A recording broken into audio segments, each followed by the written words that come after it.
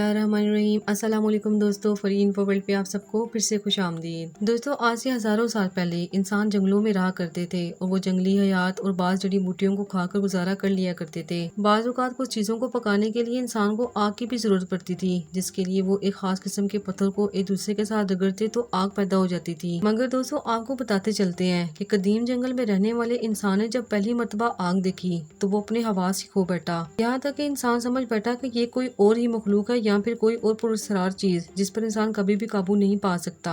पत्थरों को रगड़ने की वजह से जब आग पैदा हुई तो इंसान ने ये समझ लिया था कि ये आग इंसान के लिए बड़ी ही फायदेमंद साबित हो सकती है और इंसान इसको किसी भी वक्त पैदा कर सकता है। इस आग को खाने पीने रोशनी के इंतजाम के लिए इस्तेमाल किया जाता था। यहाँ तक कि सर्दियों के मौसम में जब इंसान ने यही आग जलाई तो वो इसके लिए सुकून का बाइस बन गई। लेकिन पत्थरों के रगड़ने से आग पैदा करना काफी मुश्किल काम भी था और तब कोई भी ऐसी चीज इजाद नहीं हुई थी कि जिसके जरिए से आसानी से आग भी जलाई जा सके। लेकिन जैसे जैसे साइंसी तरक्की हुई तो इंसान ने बहुत सी इजादात की। लेकिन दोस्तों, इनमें बाज़ इजादात ऐसी भी हैं जो अचानक से ही वकूअ पज़ीर हुई। माचिस की दरियात भी इन्हीं में से एक है, जिसको आजकल हम घरों में इस्तेमाल करते हैं।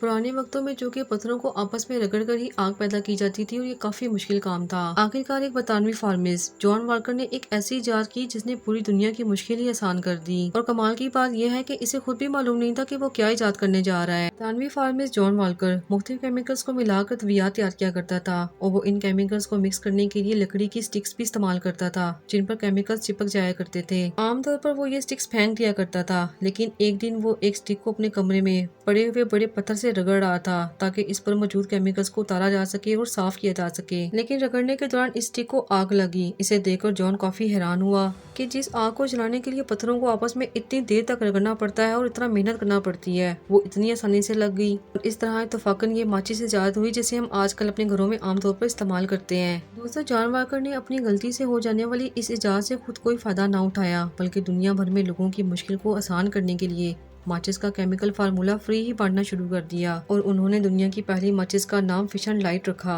इसमें मौजूद तीलियों की लंबाई तकरीबन 3 इंच थी। डब्बी के एक तरफ रेत मार लगा होता था जिस पर तीलियों को रगड़कर जलाया जाता था। दोस्तों, क्या आप जानते हैं कि आजकल सुर्ख फास्फोरस से माचिस की तिलियां तैयार की जाती हैं। सुर्ख फास्फोरस चूंकि जहरीली नहीं होती और इसको जोहान एडवर्ड ने दरियाफ्त किया था और आज जोहान एडवर्ड का ये तरीका पूरी दुनिया में माचिस को बनाने के लिए इस्तेमाल किया जाता है।